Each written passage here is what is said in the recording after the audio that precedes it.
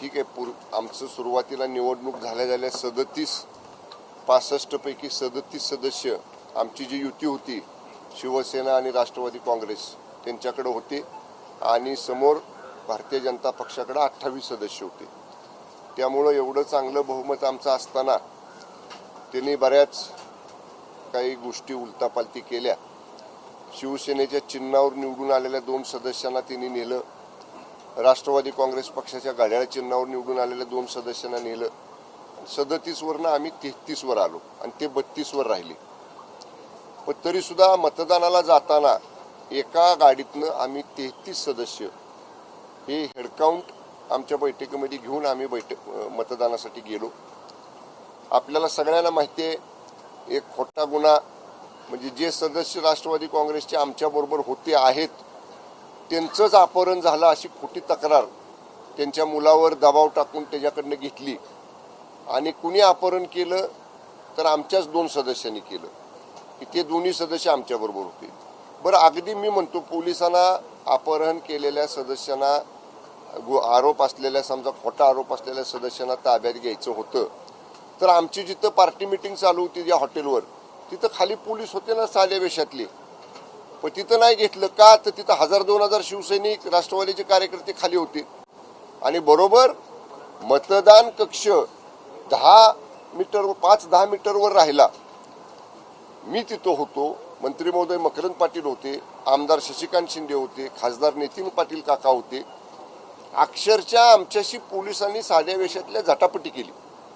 म्हणजे 10 पोलीस मला ओढत होते, 2 ह्या दंडाला, 2 त्या दंडाला, 2 पायाला, 2 कमरेला. म्हणजे जे सदस्य माझ्याबरोबर सांगत होते की आम्हाला आज जायचंय मतदानाला, एका बाजूला 302 मधले आरोपी जे जेलमध्ये असतात त्यांना आपण मतदानासाठी कुठलंही मतदान असू द्या आणतो मतदानाच्या ठिकाणी आणि इथं मतदानाला निघालेले 2 सदस्य आमच्या जवळनं अगदी आम्हाला धक्काबुक्की करून मला लागलं सुद्धा. त्या दिवशी जखम झाली. खासदार नितीन काका पाटील पडले खाली, आमदार मकरंद पाटलांना धक्काबुक्की झाली. म्हणजे मंत्री महोदय मकरंद पाटलांना, म्हणजे 2 मंत्री, 1 आमदार, 1 खासदार. पोलीस अक्षरशः म्हणजे काय शब्द नाहीत त्या पोलिसांच्या कृतीबद्दल बोलायला. त्यामुळे हे सगळं प्रकरण पाहिल्यानंतर आज शिवसेना पक्षाच्या विधिमंडळ शिवसेना पक्षाची बैठक या ठिकाणी आता 9:30 वाजता होते आहे. सगळा वृत्तांत जे घडलं ते मी स्वतः बैठकीमध्ये मांडेन. माननीय एकनाथजी शिंदे साहेब त्या बैठकीमध्ये असतील आणि मग त्याच्यावरती पक्षाच्या आमदारांचं मत विचारात घेऊन त्याच्या बाबतीतला पुढील निर्णय आम्ही घेऊ. सर्वात महत्वाचा प्रश्न हा होता की अध्यक्ष झालेले आहेत त्या भारतीय जनता पार्टीच्या म्हणजेच महेश शिंदेच्या पत्नी झालेल्या आहेत. महेश शिंदेच्या भूमिकेसंदर्भात आपलं नेमकं मत काय? महेश शिंदे नेमके कुणाचे, शिवसेनेचे की भाजपचे, असा सवाल आता उपस्थित होतो. आता बघा, मी पहिल्यापासून सांगतोय, सौभाग्यवती प्रियाताई शिंदे ज्या आमदार महेश शिंदे साहेबांच्या सौभाग्यवती आहेत त्या भारतीय जनता प्रदेश कार्यकारिणीच्या उपाध्यक्ष आहेत. पण जे 2 सदस्य शिवसेनेच्या चिन्हावर निवडून आले महेश शिंदे साहेबांच्या मतदारसंघातले, ज्यांना एबी फॉर्म शिवसेने दिला, त्या 2 सदस्यांना जसं उमेदवारी जाहीर झाली अध्यक्षपदाची तसं ते सदस्य त्यांना आमदार महेश शिंदे साहेबांच्या लोकांनी घेऊन गेले. म्हणजे मग एका बाजूला पक्षाच्या सदस्यांना न्यायचं काय कारण? समजा त्यांच्या मान्य सौभाग्यवती भाजपच्या चिन्हावर निवडून आल्या होत्या, त्यांच्याबद्दल आमचं काय दुमत नव्हतं, ठीक आहे, त्या आल्या निवडून. पण शिवसेनेच्या चिन्हावरच्या सदस्यांना नेऊन त्यांना भाजपच्या जिथं भाजपचे सदस्य सभागृहात बसले होते त्यांच्या बाजूला बसून त्यांनी सरळ व्हीपचं उल्लंघन केलेलं आहे. त्या दोन्ही सदस्यांनी भाजपच्या बाजूने हात वर केला. त्यामुळे आता ही भूमिका जगजाहीर आहे आमदार महेश शिंदे साहेबांची. पण आता मी त्याच्यावर बोलणं योग्य नाही. आम्ही आजच्या पक्षाच्या बैठकीत मांडू आणि मग पक्षाचे वरिष्ठ नेते ह्याच्यावर निर्णय घेतील. पक्षांतर्गत कारवाई होणार का? कारण जबाबदारी त्या निवडणुकीची आपल्यावर होती. महेश शिंदे शिवसेनेचे आमदार आहेत, पक्षाच्या विरोधात जाऊन आमचे जे कायदेशीर सल्लागार आहेत त्यांना ज्या 2 सदस्यांनी व्हीपचं उल्लंघन केलेलं आहे जिल्हा परिषद सदस्यांनी, त्यांच्यावरती कारवाई सुरू करण्याच्या सूचना मी दिलेल्या आहेत. वकील साहेबांनी सगळी कागदपत्र जमा केलेली आहेत. कदाचित आज जर तयार झालं सगळं ते नोटीस वगैरे, तर आज किंवा उद्यापर्यंत त्यांना कायदेशीर प्रक्रिया सुरू केली जाईल त्यांच्या विरोधात. या सगळ्या प्रकारानंतर तुमचं एकनाथ शिंदे यांच्याशी काही बोलणं झालं का? तुम्ही त्यांच्या कानावरती या सगळ्या गोष्टी, मला जखम झालेली, रक्त माझ्या हातातनं आलेलं, माझ्या अंगावर कपड्यांवर रक्त सांडलेलं, आमचे जे सदस्य माझ्याबरोबर होते, मांडवे, संदीप मांडवे, त्यांचे शर्ट फाडून त्यांच्या अंगावर रक्त लागलेलं जेव्हा वाहिन्यांवरनं माननीय शिंदे साहेबांना कळालं, तेव्हा त्यांचा मला फोन आला. त्यांनी मला सांगितलं, स्वतःची काळजी घ्या, एवढं जर लागलं असेल तर त्याच्यावर उपचार करा. त्याच्यानंतर मी रात्री सगळं संपून आमचे सगळे सदस्य आपापल्या गावी रवाना झाल्यानंतर मी रात्री विस्तृतपणानं घडलेला सगळा वृत्तांत माननीय शिंदे साहेबांच्या कानावर फोनवरनं घातला. या सगळ्या गोष्टी झाल्यानंतर शिवेंद्रराजे आणि जयकुमार गोरे यांची पत्रकार परिषद झाली. त्यांनी देखील आरोप केलेले. शिवेंद्रराजे म्हणतात पालकमंत्री हे आमचे आवडते आहेत आणि तेच आम्हाला हवे आहेत. त्याला काय नेमकं उत्तर देणार? मी त्यांच्या भावनांबद्दल आभारी आहे. त्यांचं प्रेम आणि आमचं प्रेम असंच कायम राहावं असंच मी म्हणेन. पण जो इशारा तुम्ही दिलेला आहे, सुरुवात त्यांनी केली, शेवट आम्ही करणार, त्याचं आहे ना माता. हे बघा, मी 40 वर्ष राजकारणात आहे. 1986 सालापासून मी राजकारणात आहे. कधीच पोलिसांकडनं लोकप्रतिनिधींना अशी हातापायी कधीच झाली नव्हती सातारा जिल्ह्यामध्ये. सातारा जिल्हा सुसंस्कृत जिल्हा आहे. स्वर्गीय यशवंतरावजी चव्हाण, स्वर्गीय लोकनेते बाळासाहेब देसाई, स्वर्गीय वसंतदादा पाटील या नेत्यांचा जिल्हा तो आहे. कधीच आम्ही एकमेकांच्या विरोधात राजकीय बोललो, राजकीय एकमेकांची सदस्य फोडाफोडी केली, पण अशा पद्धतीनं 2 कॅबिनेट मंत्री, 1 खासदार, 1 आमदार, पोलीस बळाचा वापर, 100 पोलीस साध्या वेशातले, म्हणजे मी परत आज सांगेन की सातारचे SP अक्षरशः त्या दिवशी घरगाड्यासारखं वागले. अक्षरशः घरगडी हाच शब्द त्यांना योग्य आहे. म्हणजे कशाची त्यांनी तमा बाळगली नाही. ते सन्मान्य सदस्य संदीप मांडवे म्हणतायत की अरे पालकमंत्री इथं आहेत, आबा मंत्री इथं आहेत. काही त्यांनी त्यांच्या सैतान अंगात शिरल्यासारखा त्या पोलिसांनी अगदी समोरनं महिला पोलीस काट्या आडव्या लावून आम्हाला ढकलत होते मागं, आणि मागणं पुरुष पोलीस हाताला, दंडाला, पायाला धरून आम्हाला ओढत होते. अक्षरशः फरफटत नेला आम्हाला. त्यामुळे आज ही सगळी वस्तुस्थिती पक्षाच्या बैठकीत आम्ही मांडू आणि मग याच्यात पक्ष पुढचा निर्णय घेईल. या निवडणुकीचे पडसाद कॅबिनेट बैठकीत देखील आम्हाला पाहायला मिळतील. जी आपली नाराजी आहे ती मुख्यमंत्र्यांसोबत देखील आपण व्यक्त करणार आहात. का नाही मानणार? कारण शेवटी आम्ही ज्या मंत्रिमंडळाचे सदस्य आहोत, ज्या मंत्रिमंडळाचं नेतृत्व माननीय मुख्यमंत्री महोदय करतात, तर शेवटी मंत्रिमंडळाच्या प्रमुखांसमोर आम्हाला मांडावं लागेल ना. आणि आम्ही दोघंही मंत्री ज्यांनी भोगलंय हे प्रकार, तो आम्ही मंत्रिमंडळाच्या बैठकीसमोर मांडू. उद्धव ठाकरे असं म्हटले या सगळ्या प्रकारावरती की रेडा कापला जातो तशा पद्धतीनं लोकशाही कापली जाते. आता ते रेडा कापला न कापला हे त्यांना माहिती, पण लोकशाहीची हत्या झाली. लोकशाहीचा 20 तारखेला साताऱ्यामध्ये खून झाला. हे सूर्यप्रकाश इतकं स्वच्छ आहे. ओके, तुम्ही भाजप विरोधी आता भूमिका घेणार का साताऱ्याच्या बाबतीत तरी? नाही, भूमिका आहे बघा, निवडणुकीमध्येच मी स्वतः पालकमंत्री म्हणून प्रयत्न केला, बैठका घ्यायचा, नगरपालिकेला केला, त्यावेळी त्यांचा प्रतिसाद आला नाही.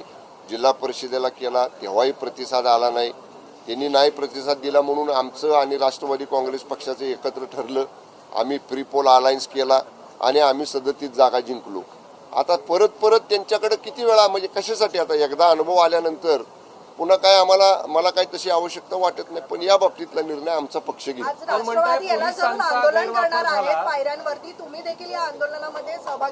हो, आम्ही भोगलोय ना. शेवटी कसं आहे मॅडम, जो भोगतो त्याला कळतं. आज काय परिस्थिती माझी आहे. 3 दिवस झाले एवढं प्रचंड ते मुक्कामार लागलेला आहे आम्हाला दोघांनाही. आता ह्या गोष्टी खरं माध्यमांपुढे बोलणं योग्य नाही, पण ठीक आहे, जे भोगलंय ते लोकांनाही, समाजालाही कळलं पाहिजे ना. अत्यंत जिल्ह्यामध्ये तीव्र भावना आहेत. जिल्ह्यामधल्या सगळ्या राष्ट्रवादीचे कार्यकर्ते, इव्हन काँग्रेसचे कार्यकर्ते, RPIचे कार्यकर्ते, हे सगळे कार्यकर्ते एवढे तीव्र याच्याबद्दलच्या भावना आहेत. केवळ आता मी, मकरंदाबा, शशिकांत शिंदे साहेब आम्ही मुंबईत असल्यामुळंच कार्यकर्ते शांत आहेत. एकदा अधिवेशन संपून आम्ही गावाकडे गेलो की याच्या बाबतीतला उद्रेक तुम्हाला नक्की बघायला मिळेल. भाजपच्या लोकप्रतिनिधींकडून पोलीस बळाचा गैरवापर झाला असं तुम्ही म्हणताय. गृहमंत्र्यांकडे किंवा मुख्यमंत्र्यांकडे याची तक्रार करणार आहात? मानणार ना बैठकीमध्ये कॅबिनेटच्या. आम्ही मंत्रिमंडळ बैठक व्हायचीच वाट बघतोय. जेव्हा मंत्रिमंडळाची बैठक होईल तेव्हा त्या मंत्रिमंडळाच्या बैठकीमध्ये शिकवेन. जर मला आणि माननीय मकरंदाबांना माननीय मुख्यमंत्र्यांनी संधी दिली बोलायची तर जरूर आम्ही ह्या सगळा इतिवृत्तांत मान्य मुख्यमंत्र्यांच्या आणि संपूर्ण मंत्रिमंडळाच्या कानावर घालू. महायुतीमध्ये या एकंदरीत जिल्हा परिषदेच्या आणि पंचायत समितीच्या निवडणुका लढल्या गेल्या. तुम्ही महायुतीच्या समन्वय समितीचे सदस्य पण आहात, पण अशा प्रकारे हाताला जखम म्हणा किंवा पोलिसांची अशी अरेरावी कुठेतरी बाहेरून अदृश्य शक्ती काम करत होती या निवडणुकीमध्ये. अहो समोरनं शक्ती बघितली पोलिसांची. आम्ही पोलीस आता काय तुम्हाला सांगू साहेब, एक व्यक्ती माझ्यासारखा बरं माझी शरीरयष्टी बघा राव, इतका साधा सुद्धा माणूस मी, काय असं धनदांगडा बी नाही, 10 पोलीस ओढतात. ही अजून दुखतंय. ही तर 4 जणांनी धरलं दोन्ही बाजूला आणि फरफटत नेलं. काय अवस्था करायची राव. म्हणजे आता ही असं बोलणं माध्यमांपुढे योग्य नाही. पण ही काय म्हणजे ह्याला हे धाडस नाही ना साध्या पोलिसांचं तिथं राहून असं करायचं. एवढा बळ, एवढं धाडस, एवढं पोलिसांच्यात कुणामुळं आलं पाठबळ त्यांना, ह्याचाही विचार झाला पाहिजे. कॅबिनेट मंत्र्यांसोबत अशा प्रकारची घटना घडते. तुम्ही जी घटना विशद करताय की पोलीस परपटत घेऊन गेले एका कॅबिनेट मंत्र्याला, कुठल्या दिशेने सगळं चाललंय? तुम्ही विचार करा. मी कथन केलं, जे भोगलं ते कथन केलं. आता तुम्ही माध्यमांनी ह्याच्यावर विचार करा ना. बरं मला सांगा, म्हणून मी मगाशी म्हणलं ना 2 हात करायचीच होते ना आमच्याशी. खाली तुम्ही जसे 100 पोलीस होता, आमचे 50च कार्यकर्ते सोडायचे हो आतमध्ये.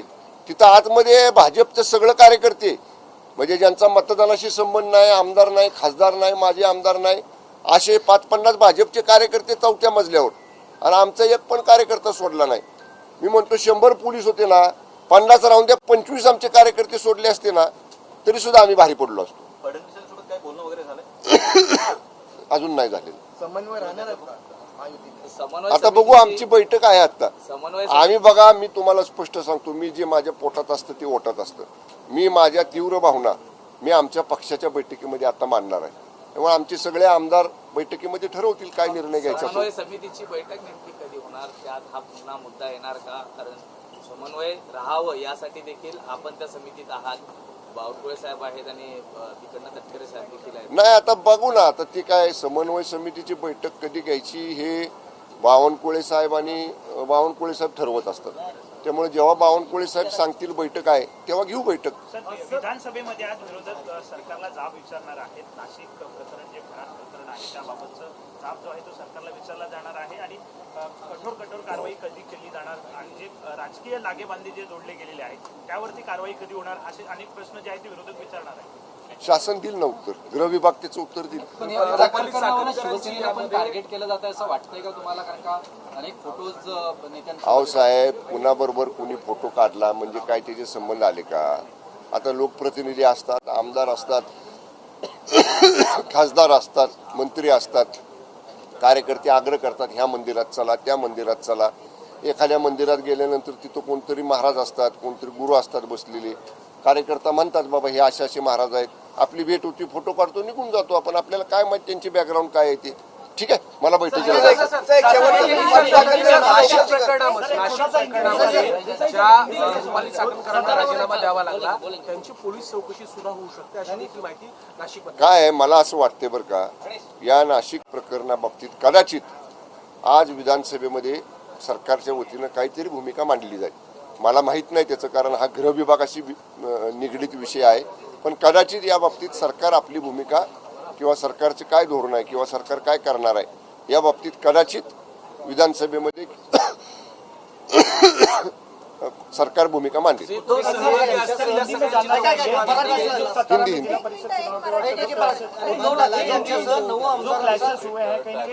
उद्धव ठाकरे यांच्यासह 9 आमदारांना निरोप दिला जाणार आहे विधान परिषदेमध्ये. परंपरा आहे, राज्याचे मुख्यमंत्री उपमुख्यमंत्री त्या नेत्यांबद्दल भरभरून बोलत असतात. उद्धव ठाकरे यांच्याबद्दल उपमुख्यमंत्री एकनाथ शिंदे बोलणार का? अजून झाला नाही ना निरोप समारंभ, व्हायचा आहे. अगोदर काय सांगायचं, अगोदर काय सभागृहात जेव्हा निरोप समारंभाची भाषण होतील तेव्हा तुम्ही गॅलरीमध्ये असता बघा.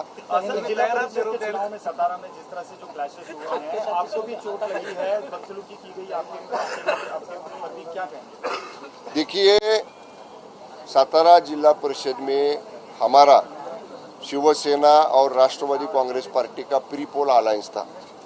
हमने 37 सीट्स जीत के लाई थी अगेंस्ट 65. मेजॉरिटी 33 की थी. लेकिन हमारे 2 सदस्य और राष्ट्रवादी के 2 सदस्य इनको हमारे यहाँ से अलग करके बीजेपी अपने साथ लेके गई। फिर भी जब वोटिंग था तब हमारे पास 33 मेजॉरिटी का फिगर हमारे साथ था। हम लोग 33 मेंबर्स को लेके झड़पी में गए थे, लेकिन हमारे 2 मेंबर के खिलाफ सुबह जिस दिन वोटिंग था उस दिन सुबह 6 बजे झूठा मुकदमा, झूठा केस पुलिस स्टेशन में दाखिल किया गया और उसमें ये 2 सदस्यों को उन लोग को कस्टडी में लेने का था। लेकिन मैं खुद, हमारे सहयोगी मंत्री माननीय मकरंद आबा पाटिल, हमारे राज्यसभा के सांसद श्री नितिन पाटिल और विधान परिषद के सदस्य श्री शशिकांत जी शिंदे, हम लोग इनको लेके जा रहे थे। तब हमसे हाथापाई पुलिस ने की। वो सदस्य कह रहे थे कि हमको वोटिंग के लिए जाना था, 10 फीट का अंतर रह गया था अंदर जाने के लिए, लेकिन वहाँ से हमारे साथ जो थे हमको खींचातानी की। हमको इधर से 2 लोगों ने 4 लोगों ने पकड़ा, इधर से 2-4 लोगों ने पकड़ा, हमको परपट ऐसा खींच के लेके गए और बहुत बुरा सलूक मंत्री के साथ, विधायक के साथ, खासदार के साथ सातारा पुलिस ने किया है। हमारी आज पार्टी की विधिमंडल गठ की बैठक अभी 9:30 बजे है। वो बैठक में हम लोग मैं खुद ये सफरर हूँ इस केस का। मैं खुद मेरे साथ जो बदसलूकी की गई इसका मैं हमारे पार्टी मीटिंग के सामने सब जायजा रखूंगा और पार्टी के विधायक जो है वो इसके बारे में फिर क्या धोरण लेना है इसके बारे में हम लोग चर्चा करें।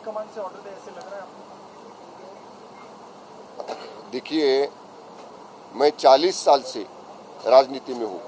1986 जब मैं 20 साल का था तब मैं एक शुगर फैक्ट्री का चेयरमैन बन के राजनीति में आया हूँ। मेरे 40 साल की राजनीति में ऐसा इंसिडेंस पहली बार घटा है।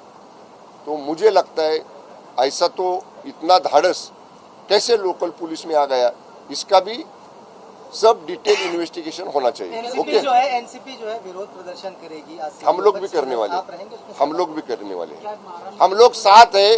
सातारा जेडपी इलेक्शन में एनसीपी शरद पवार साहब, एनसीपी अजित दादा गट और शिवसेना प्रीपोल अलायंस था। हम लोग इस इशू में साथ में हैं। सीएम से कुछ इस मामले को लेकर महाराष्ट्र के मुख्यमंत्री से बात करेंगे, चर्चा करेंगे, कैबिनेट में बोलेंगे ना।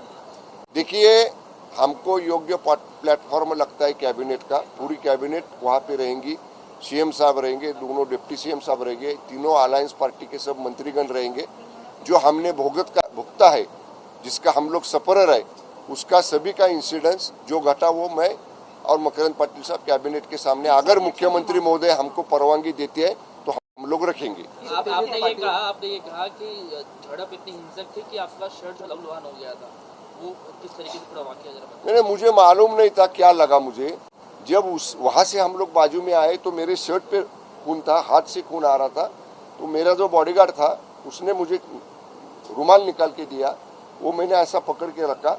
फिर भी वो नहीं रुक रहा था, इसलिए उधर के लोकल डॉक्टरों को बुलाया और उन्होंने उधर बैंडेज किया और वहाँ फिर वो खून रुक गया। हादसे को लेकर के महायुति में कोई असमंजस अब दिखाई देगा, क्योंकि अगर सरकार की तरफ से कोई ठोस कदम नहीं उठाया गया? देखिए, हम लोग तो अभी बात करेंगे, निर्णय तो वरिष्ठों को लेने का है।